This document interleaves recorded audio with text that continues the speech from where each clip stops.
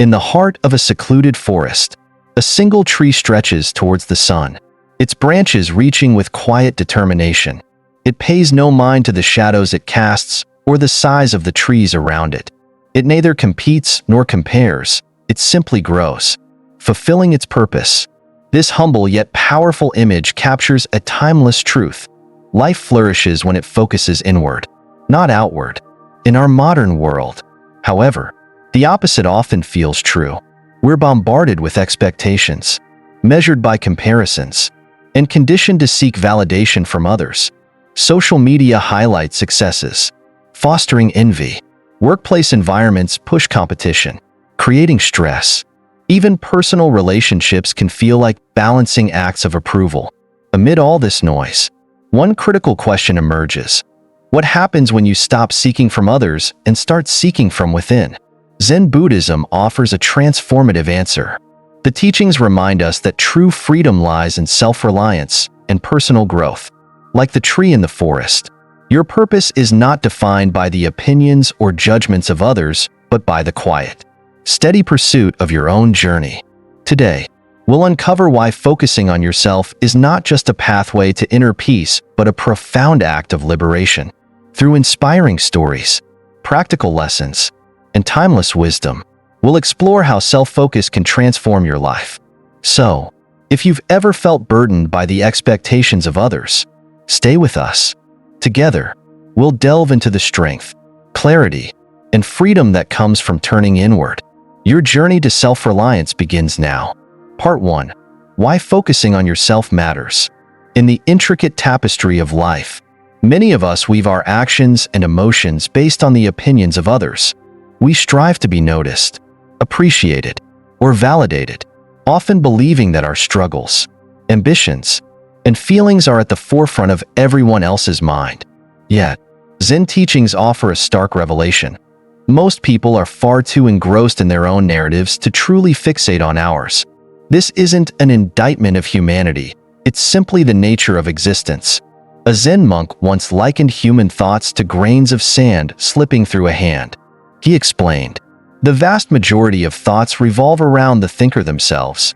Even acts of care or concern are often filtered through the lens of one's own experiences and needs. A friend might console you, but their approach is shaped by what they would want in your situation. A colleague might support your ideas, but their agreement often aligns with their own aspirations." Recognizing this truth is liberating. It shifts your perspective from one of dependence on external validation to one of reclaiming personal agency. Focusing on yourself does not mean isolating from others or disregarding their feelings. It means understanding that your energy is finite and should be channeled wisely. Imagine yourself climbing a steep mountain, carrying a heavy pot filled with water meant to quench others' thirsts. With each step, the weight strains your muscles, and the water spills, leaving you drained before reaching the summit. Now, envision climbing unburdened, with every step powered by your own strength. You arrive energized, capable, and fulfilled. This analogy underscores the essential truth of self-focus. It doesn't mean you stop caring for others, but rather that you preserve your energy to become stronger and more centered. When you pour all of your energy into seeking approval or meeting expectations, you deplete yourself. On the contrary, when you focus inward, you not only conserve energy but also position yourself to offer genuine, meaningful support to others when it truly matters. Ultimately, understanding why focusing on yourself matters is about embracing your role as the steward of your own life. By doing so, you grant yourself the freedom to grow authentically, unburdened by the constant weight of others' perceptions. It's a shift in mindset that leads to empowerment, clarity, and peace. Part 2. A story of transformation. In a bustling village nestled at the base of a towering mountain, there lived a young man burdened by an ever-present sense of inadequacy. His days were consumed by an exhausting quest to earn the approval of others. He worked tirelessly, seeking praise from the villagers. But no matter what he achieved, their acknowledgement was fleeting. The young man felt invisible, trapped in a cycle of striving and disappointment. One day, he approached a wise monk who lived in the mountains, known for guiding those lost in their own turmoil. with desperation in his voice. The young man pleaded, "Master, I give everything I have to be seen and valued by others, yet I feel ignored and unappreciated. What am I doing wrong?" The monk regarded him with compassionate eyes and, after a pause, said, "Follow me." They walked in silence to the riverbank, where the monk handed the young man an empty clay pot. "Fill this with water," the monk instructed, "and carry it to the top of the mountain." Confused but obedient, the young man filled the pot and began his ascent. The path was steep, and the pot heavy. With every step, water spilled over the edges. The higher he climbed, the lighter the pot became, not because his burden had eased, but because there was less water to carry. By the time he reached the summit, only a few drops remained.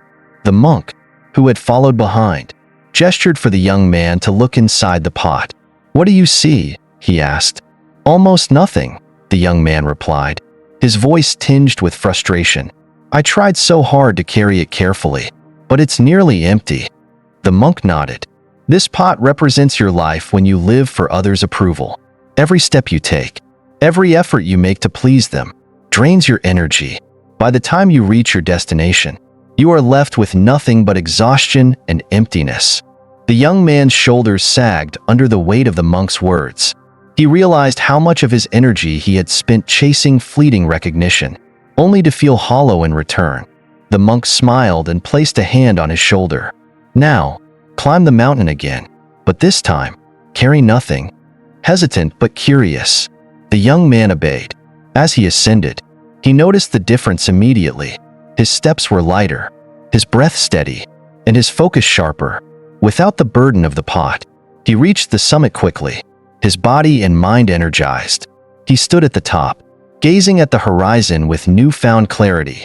When the monk joined him, he asked, "How did it feel to climb unburdened?" "It felt free," the young man replied, the realization dawning on him. "I didn't waste energy worrying about the pot. I could focus on the climb itself." The monk nodded. This is the power of self-focus. When you let go of the need for validation, you preserve your energy. You become free to ascend the mountains of life with clarity and strength. "But Master," the young man asked, "what if others think I am selfish for focusing on myself?" The monk picked up a small stone and threw it into the river. The ripples spread outward, touching the shore. "When you focus inward and grow strong," he said, "your transformation sends ripples into the world. It is not selfish to climb your own mountain. In doing so, you illuminate the path for others." The young man stood in silence, the lesson etching itself deeply into his heart. He realized that his constant striving for approval had not only drained him but also diminished the authenticity of his actions. By seeking to be everything for everyone, he had become disconnected from himself. As they descended the mountain, the monk shared a final thought. Life is like this climb. The weight of seeking others' approval will always slow you down. But when you walk your path free of that burden, you find joy in the journey itself. And in doing so, you inspire others, not because you seek their admiration, but because authenticity is magnetic. From that day forward, the young man changed. No longer did he live for the fleeting validation of others. Instead, he focused on his own growth, his own journey. Over time, those around him began to notice the quiet confidence and peace he exuded. They were drawn to him, not because he demanded their attention, but because he radiated a sense of purpose and strength.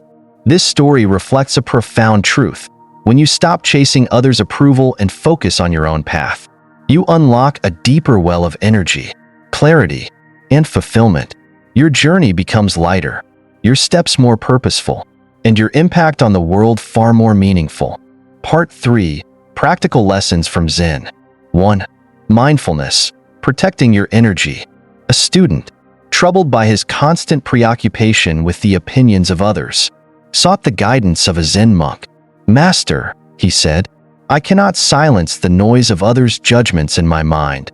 It distracts me from living my life." The monk handed him a cup filled to the brim with water and instructed, "Walk through the busy marketplace without spilling a single drop." Confused but obedient, the student did as he was told. The marketplace was loud and chaotic, with merchants shouting, children playing, and villagers bustling about.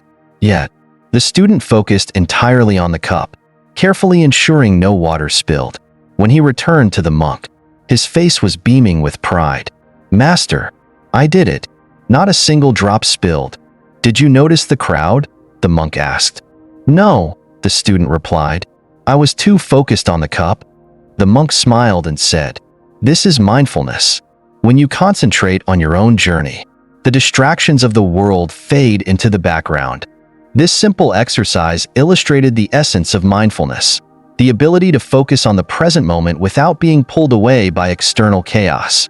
Mindfulness is not about ignoring the world, but choosing where to direct your attention. Practices like meditation, mindful breathing, or even observing your thoughts without judgment can help you identify and reclaim energy wasted on unnecessary worries. When you focus on your path, the noise of others' opinions loses its power over you.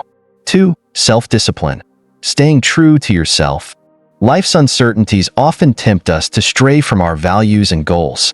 It's in these moments that self-discipline becomes the anchor keeping us grounded. The monk often reminded his students of the bamboo's wisdom. It bends in the wind, not because it fears breaking, but because its strength lies in its flexibility. One student, paralyzed by self-doubt, approached the monk with a question. "Master," he asked, "how can I remain disciplined when fear clouds my mind and tempts me to give up?" The monk gestured to the sky and said, "Fear is like a cloud passing through the sky, temporary and insubstantial. Discipline is the sun behind it, always present and steady. Focus on the sun, not the cloud." The monk advised the student to establish daily routines that nurtured his inner self. "Create small rituals," he said, "whether it's journaling to reflect on your thoughts, meditating to calm your mind, or dedicating time to your passions.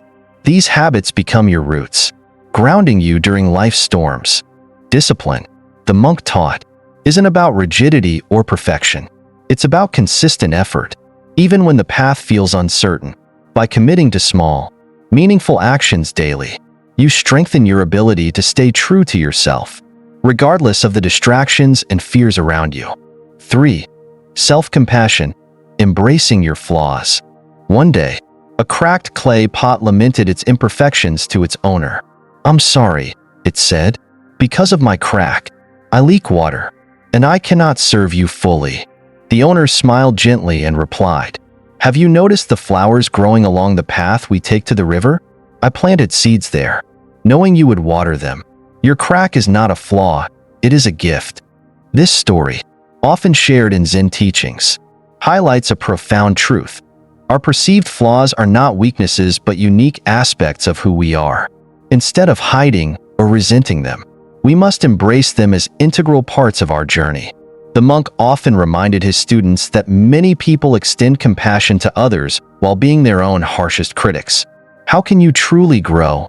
he would ask, "if you shackle yourself with guilt and unworthiness?" Practicing self-compassion involves forgiving yourself for mistakes, viewing your imperfections as opportunities for growth, and recognizing the beauty in your individuality. He encouraged his students to reflect on their perceived flaws and ask, "How has this shaped my path? What beauty has emerged from this imperfection?" By shifting their perspective, they learned to see their cracks not as barriers but as openings through which light and growth could enter. These 3 lessons, mindfulness, self-discipline, and self-compassion, are interconnected. Mindfulness teaches us to focus our energy inward, ignoring the distractions that pull us away from our path. Self-discipline provides the strength to stay true to that path, even when external forces or internal fears arise. Finally, self-compassion ensures that we treat ourselves kindly, recognizing that growth comes not from perfection but from acceptance and resilience. Together, these practices form the foundation for self-focus, empowering us to climb the mountains of life with clarity, purpose, and peace. Part 4. The ripple effect of self-focus.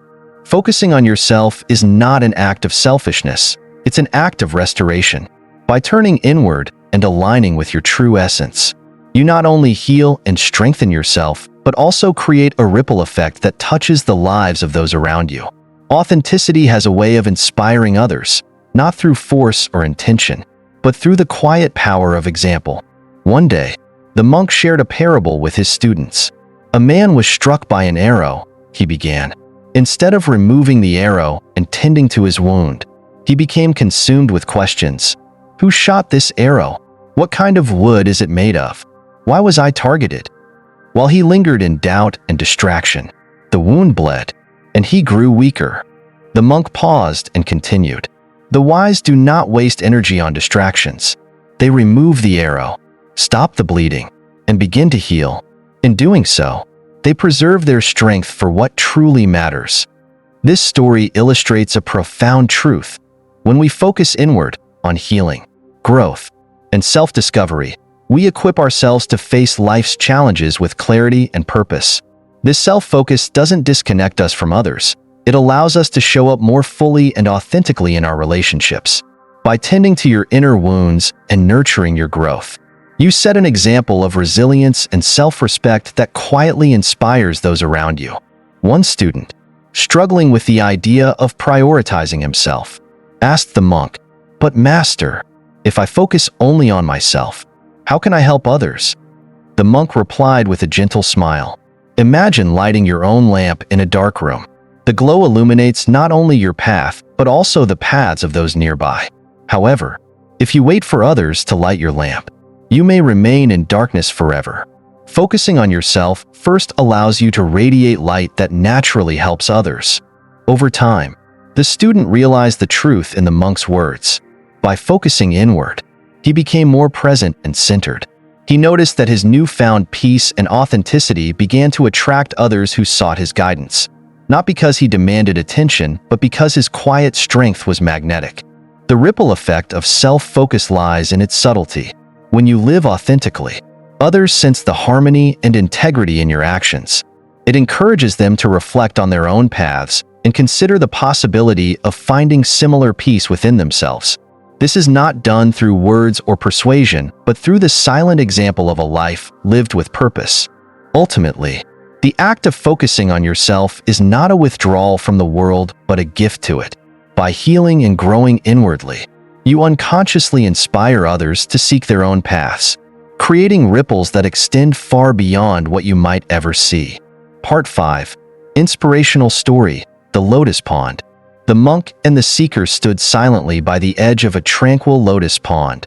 The water was murky, with debris floating across its surface.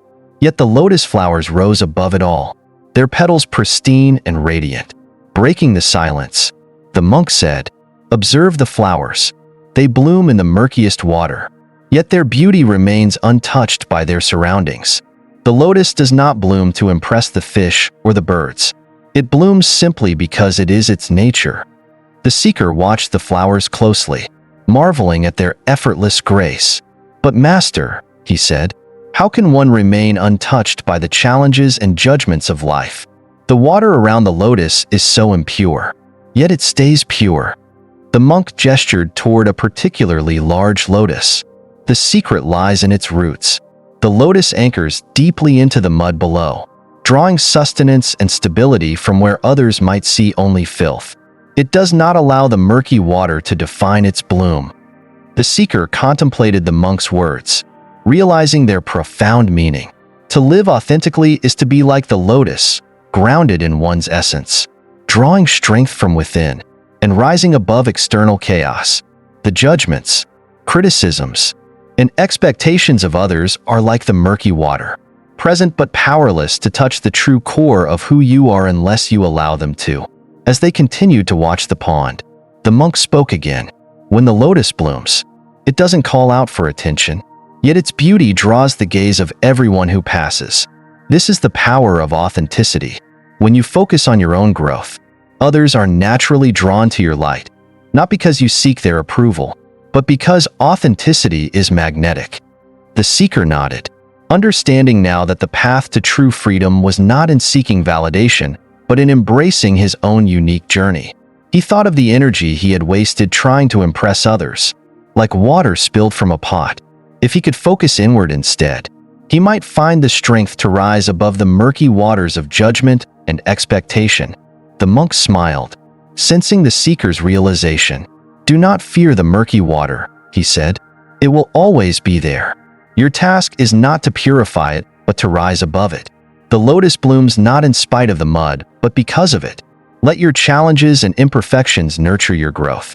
In doing so, you will inspire others, not because you try to, but because a true bloom needs no invitation to be admired." As they walked away from the pond, the seeker felt a newfound sense of clarity.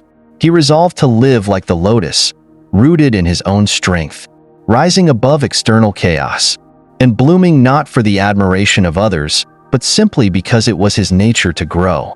Picture your life as a river, flowing naturally through valleys and over rocks. It doesn't question its course or pause for the whispers of the forest. It simply moves forward, carving its path with unwavering purpose. But how often do you let the noise of others, judgments, expectations, or comparisons disrupt your flow? How many times have you diverted your energy to please others, losing sight of the currents that truly nourish your soul? Zen wisdom offers a profound reminder. When the flower blooms, the bees come uninvited. This teaches us that our purpose is not to chase admiration or approval, but to live in harmony with our essence. Like the river, you must flow with authenticity, and like the flower, you must bloom for no one but yourself. The beauty of this approach is that when you align with your true nature, the world notices, not because you demand it, but because authenticity radiates effortlessly. The path to self-reliance begins with a simple question. Are your actions driven by others' expectations or your inner peace? Take a moment to reflect. Consider where you've allowed external opinions to dictate your decisions, and commit to reclaiming that energy. Redirect it inward, nurturing the roots of your growth and the flow of your unique journey. As you walk your path, remember this: your life is your masterpiece. The applause of others may feel gratifying, but it is fleeting. True fulfillment comes from living authentically, finding peace within, and allowing your light to guide your steps. Now, I invite you to take this reflection further. Share your thoughts in the comments below. What have you discovered about your own journey? And if these insights resonate with you, subscribe for more wisdom to guide your path. Your life is a precious gift. Walk it with intention, with purpose, and above all, with authenticity.